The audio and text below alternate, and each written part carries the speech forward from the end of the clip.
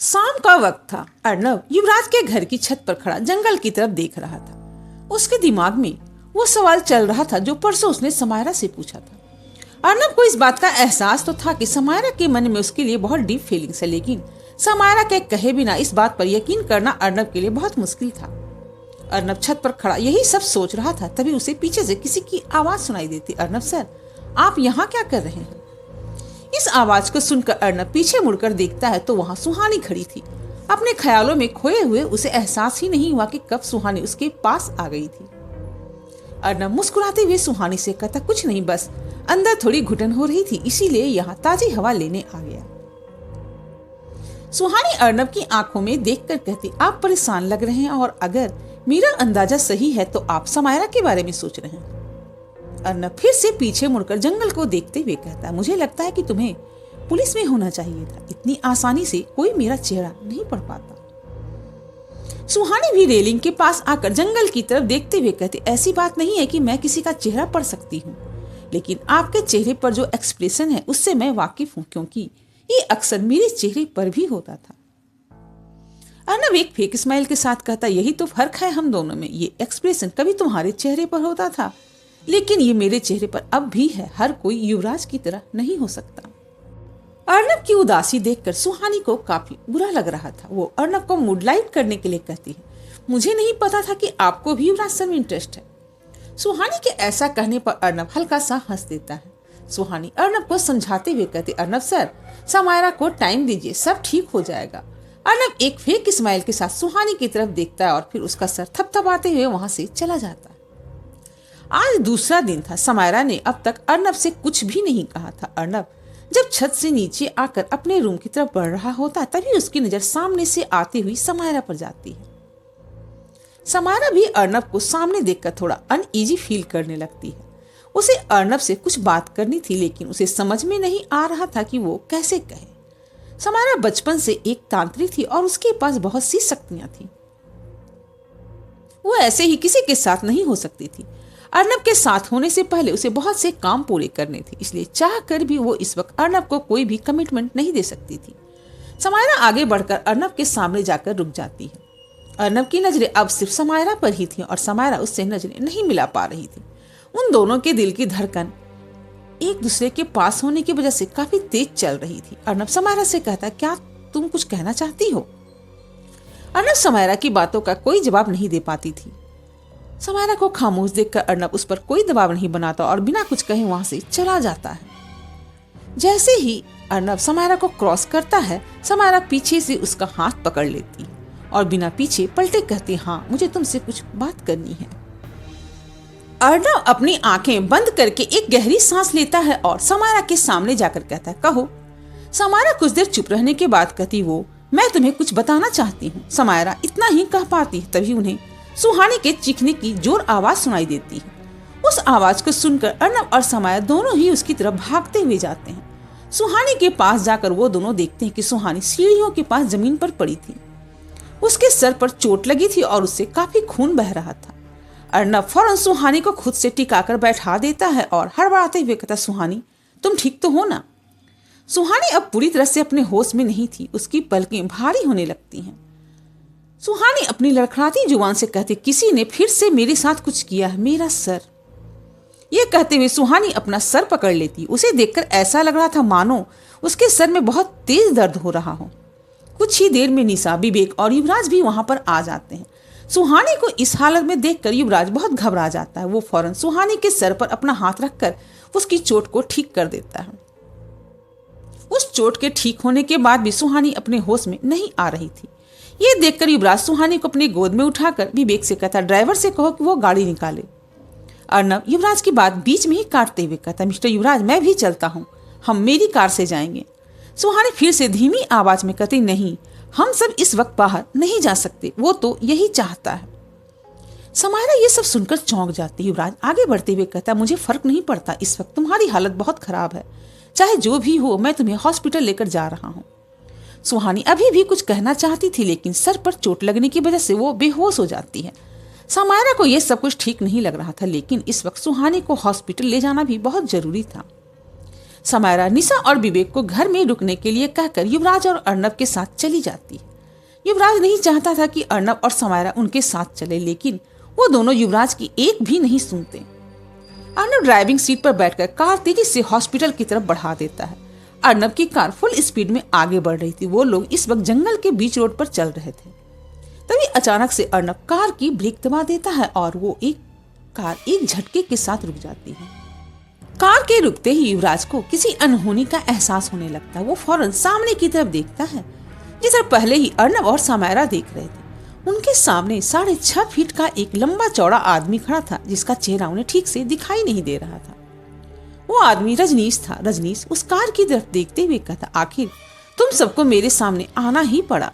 समायरा रजनीश की तरफ देखते हुए कहती, मुझे ये कुछ ठीक नहीं लग रहा है। अर्नब कुछ सोचकर कहता, क्या ये?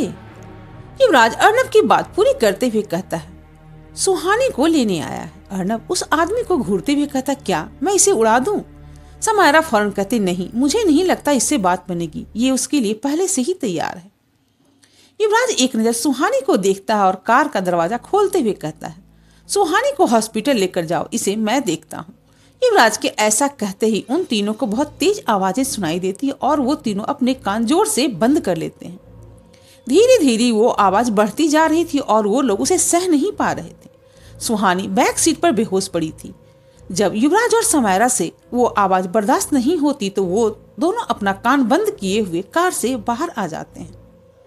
अब उन तीनों के कान से खून बहने लगा था। उनका सर चकरा रहा है और उन्हें ऐसा लग रहा था जैसे उनके दिमाग की सारी नसें अभी की अभी फट जाएंगी। युवराज और समायरा से ये सब बर्दाश्त नहीं होता और वो दोनों अब जमीन पर गिर जाते हैं।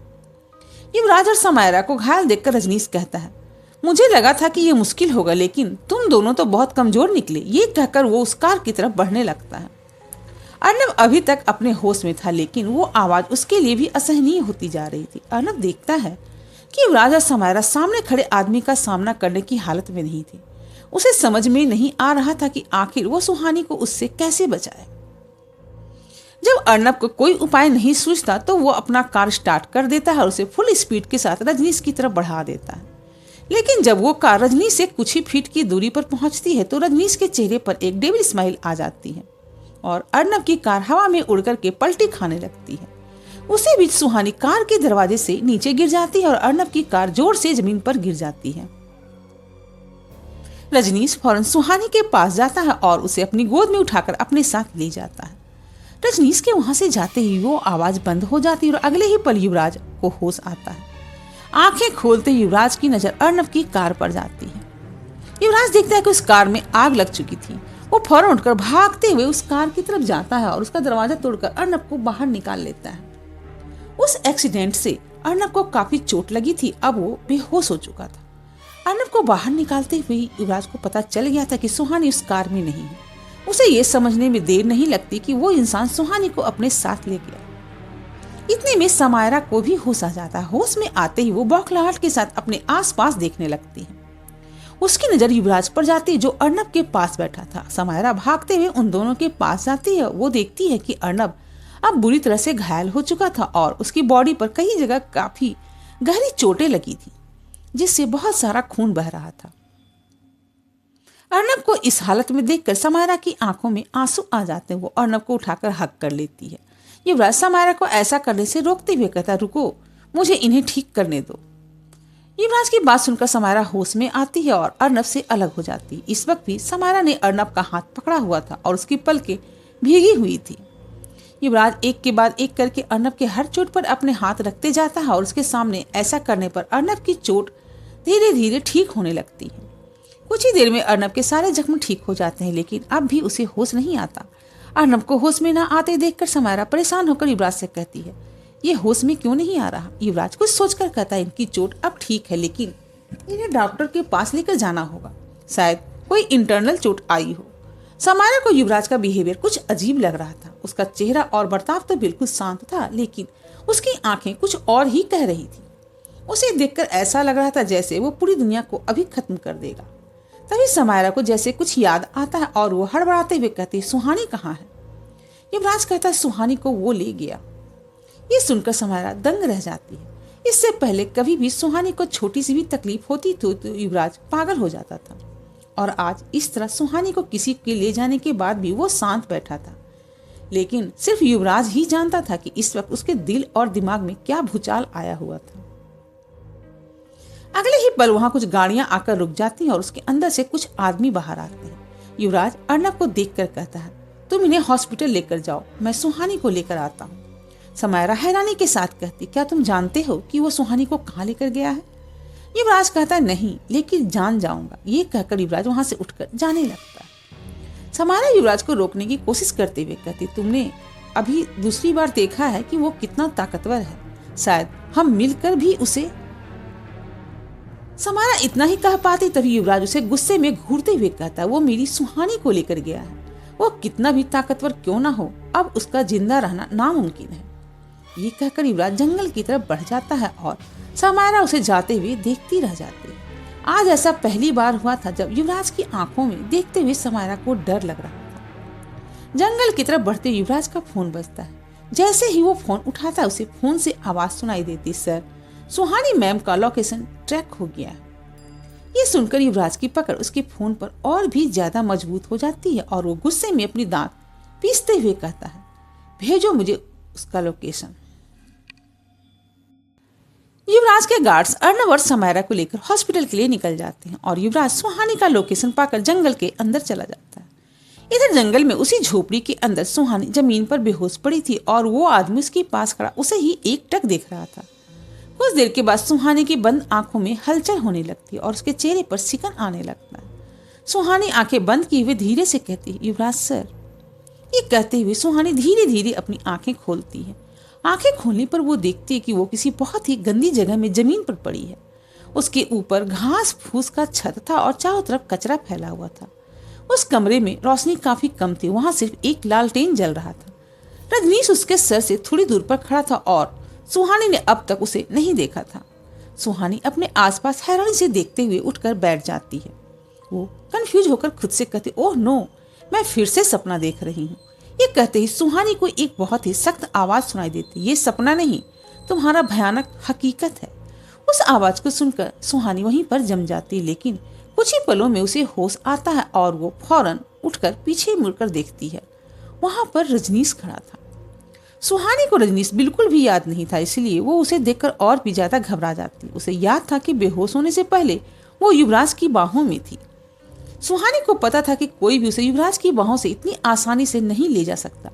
ये सोचकर उसे युवराज की अब फिक्र होने लगती है। सुहानी घबराते हुए रजनीश से कहती, कौन हो तुम और युवराज सर कहाँ हैं? तुमने उनके साथ क्या किया? रजनीश सुहानी की तरफ अपने कदम बढ़ाते हुए कहता, इस वक्त भी तुम्हें युवराज की ही चिंता हो रही है। मुझे लगता है कि अभी तुम्हें अपनी परवाह करनी चाहिए। रजनीश का जवाब सुनकर सुहानी का डर उसके गुस्से में बदलने लगता। वो रजनीश को घूरते हुए कहती है, मैंने पूछा युवराज सर कहाँ हैं? सुहानी की आंखों में डर कम होता देखकर रजनीश को गुस्सा आने लगता और वो गुर्राते हुए कहता है, बहुत सुन ली तुम्हारी बकवास, अब बस, अब मैं वो करूंगा जिसका मैं कब से इंतजार कर रहा था। ये कहते ही रजनीश अपना एक हाथ आगे बढ़ा देता है। दूसरी तरफ युवराज सुहानी का लोकेशन ट्रैक करते हुए जंगल के बीच में आ जाता है। युवराज अपनी पूरी ताकत से भागते हुए आया था। उस लोकेशन पर पहुंचकर युवराज हाँफते हुए अपने आसपास देखने लगता, लेकिन उसे वहां कुछ भी दिखाई नहीं देता। सुहानी को वहां ना पाकर युवराज और भी ज्यादा बेचैन हो जाता। अब उसे ऐसा लग रहा था जैसे अभी अभी उसका दिमाग फट जाएगा। वो पागलों की तरह इधर उधर सुहानी को ढूंढने लगता। तभी उसकी नजर जमीन पर पड़ती है। वहां सुहानी की वही घड़ी पड़ी हुई थी जिसे युवराज ने ट्रैक करवाया था। युवराज उस घड़ी के पास जाकर अपने घुटने के बल बैठ जाता है और उसे उठाकर देखने लगता है। उस घड़ी को देखते युवराज की आंखों में आंसू बह रहे थे, क्योंकि अब उसे समझ में आ गया था कि उसके लिए सुहानी तक पहुंचना बहुत मुश्किल हो गया है। इस बार युवराज जानता भी नहीं था कि आखिर वो है कौन जो सुहानी को अपने साथ लेकर गया है। उसे कुछ भी समझ में नहीं आ रहा था कि वो आगे क्या करे। कुछ ही देर में युवराज अपने चेहरे पर डर और गुस्से के भाव लेकर खड़ा हो जाता और अपनी पूरी स्पीड से भागते हुए जंगल में सुहानी को ढूंढने लगता है। दूसरी तरफ अर्नब हॉस्पिटल में एडमिट था। हॉस्पिटल ले जाने से पहले उसके कपड़े बदल दिए गए थे, क्योंकि उसके पुराने कपड़े में खून लगा हुआ था और युवराज की वजह से उसके सारे जख्म ठीक हो चुके थे। अर्नब हॉस्पिटल रूम में बेहोश था और डॉक्टर उसे चेक कर रहे थे। समायरा उस रूम के बाहर बेचैनी सी इधर उधर घूम रही थी। उसे अर्नब के साथ साथ युवराज और सुहानी की भी चिंता हो रही थी। इस बार जिससे उसका सामना हुआ था वो समायरा की उम्मीद से कहीं ज्यादा ताकतवर था। समायरा को डर था कि शायद युवराज उसका सामना नहीं कर पाएगा। इस डर के साथ समायरा को इस बात की उम्मीद भी थी कि जरूरत पड़ने पर शायद पद्मिनी उनकी मदद करने आ जाए, क्योंकि इससे पहले हमेशा ऐसा ही होता आया था। समायरा के दिमाग में यही सब चल रहा था, तभी डॉक्टर उस रूम के बाहर आते हैं। समायरा डॉक्टर के पास जाकर कहती क्या हुआ है उसे। डॉक्टर जवाब देते हैं उनके सर में चोट आई है जिसकी वजह से वो बेहोश हो गए थे। हमें कुछ टेस्ट करने होंगे, इसके बाद ही हम बता पाएंगे कि उनकी कंडीशन कैसी है। लेकिन ये कहते हुए डॉक्टर कुछ सोचने लगते हैं। समायरा फौरन कहती लेकिन क्या। डॉक्टर कहते हैं अजीब सी बात है, उनके सर पर इतनी ज्यादा गहरी चोट लगी है कि वो बेहोश हो गए हैं, लेकिन उनकी बॉडी में एक कट का निशान भी नहीं है। समायरा बात को बदलते हुए कहते टेस्ट के रिपोर्ट्स कब तक आ जाएंगे। डॉक्टर जवाब देते हैं 2 घंटे लगेंगे। समायरा आगे कहती क्या मैं अर्नब के पास जा सकती हूँ। डॉक्टर कहते हैं आप जा सकती हैं। ये सुनकर समायरा फौरन उस रूम के अंदर चली जाती है। अर्नब को इस तरह बेहोश देखकर समायरा को बेहद तकलीफ होती है और फिर से उसकी आंखें भर आती है। वो धीरे धीरे चलकर अर्नब के पास आकर बैठ जाती है और उसका हाथ अपने दोनों हाथों में लेकर उसके चेहरे को एक टक देखने लगती है। अर्नब को देखते हुए समायरा के दिमाग में शुरू से अब तक उसके और अर्नब के मोमेंट्स चल रहे थे। उसका पहली बार अर्नब से मिलना जब वो रोड पर बेहोश पड़ा था, अर्नब का समायरा का ख्याल रखना जब वो हॉस्पिटल में थी, उसका समायरा को संभालना जब वो अपनी माँ की मौत की वजह से सदमे में थी, अर्नब का समायरा से अपनी फीलिंग एक्सप्रेस करना और समायरा का अर्नब को छोड़कर चले जाना। ये सब सोचते हुए समायरा को बहुत तकलीफ हो रही थी। वो किसी भी हालत में अर्नब को ठीक होते देखना चाहती थी। अर्नब ही एक ऐसा इंसान था जिसने उसकी इतनी खामियों के बावजूद बिना कोई सवाल किए हमेशा उसका साथ दिया था, लेकिन इस वक्त समायरा उसके लिए कुछ भी नहीं कर पा रही थी।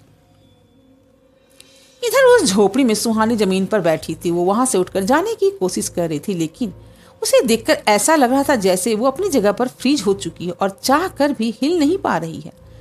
उसके सामने एक हवन कुंड था और उस हवन कुंड की दूसरी तरफ रजनीश बैठा हुआ कुछ मंत्र जाप कर रहा था।